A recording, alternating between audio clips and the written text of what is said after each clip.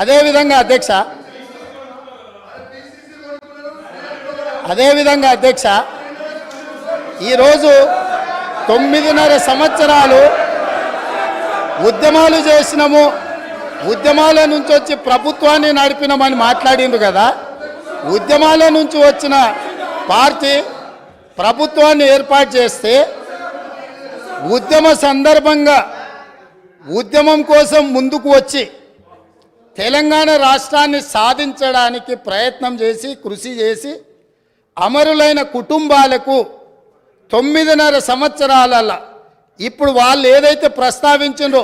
యాదిరెడ్డి కావచ్చు, శ్రీకాంతాచారి కావచ్చు, ఈశాన్ రెడ్డి కావచ్చు, కానిస్టేబుల్ కిష్టయ్య కావచ్చు, యాదయ్య కావచ్చు, ఇట్లా వందలాది మంది బిడ్డలకు ఈ 9.5 సంవత్సరాలలో ఏ ఒక్కరోజైనా ప్రగతి భవన్కు ఆహ్వానించి మీ కుటుంబం మీ బిడ్డల ప్రాణ త్యాగాలతోని తెలంగాణ రాష్ట్రాన్ని సాధించడం, ఈ తెలంగాణలో అత్యున్నతమైన గౌరవం మర్యాద మీకు ఉంటుంది,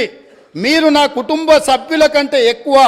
నీ కుటుంబంలో నీ బిడ్డను కోల్పోయినావు, నీ కుటుంబానికి నేను పెద్ద కొడుకుని అవుతా అని చెప్పి ఆనాటి ముఖ్యమంత్రి బుక్కెడు బువ్వ శంకరమ్మకు పెట్టిండా, యాదయ్య కుటుంబానికి పెట్టిండా,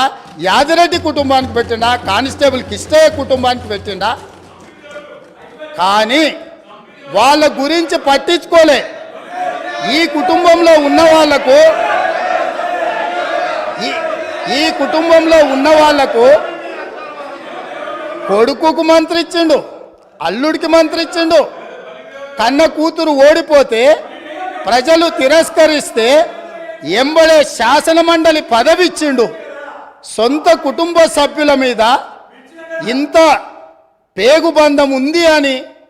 ఇంత అవ్యాజమైన ప్రేమను ప్రకటించినప్పుడు తెలంగాణ ఉద్యమకారులు ఏంది ఇది, ఈ తెలంగాణ మా త్యాగాల పునాదుల మీద ఏర్పడ్డది కదా, మా కనీస గౌరవ మర్యాద లేదా, పార్టీ ఫిరాయించిన వాళ్ళను కండువ మార్వంగానే మంత్రులు చేసిన మీరు తెలంగాణ కోసం త్యాగం చేసిన వాళ్లకు కనీసం ఆ సభలో అయినా ఈ సభలో అయినా రాజ్యసభలో అయినా ఏదైనా ఇచ్చిండ్రా? కరోనా సమయంలో బ్లాక్ మార్కెట్లో కరోనా మందు 2,000 రూపాయల దాన్ని 50,000కు అమ్ముకొని 424 కోట్లు నల్లధనం ఒకే దగ్గర దొరికిన వాళ్ళకు రాజ్యసభ అమ్ముకున్న చరిత్ర మీది. అట్లాంటి వాళ్ళని మీరు రాజ్యసభ సభ్యులుగా చేసి ఈరోజు వచ్చి మేము మా టికెట్ల గురించి మాట్లాడు అంటే ఈరోజు ఎలాంటి వాళ్లకు టికెట్లు ఇచ్చినో ఎవరిని కుటుంబ సభ్యులుగా వాళ్ళు చూసిండ్రో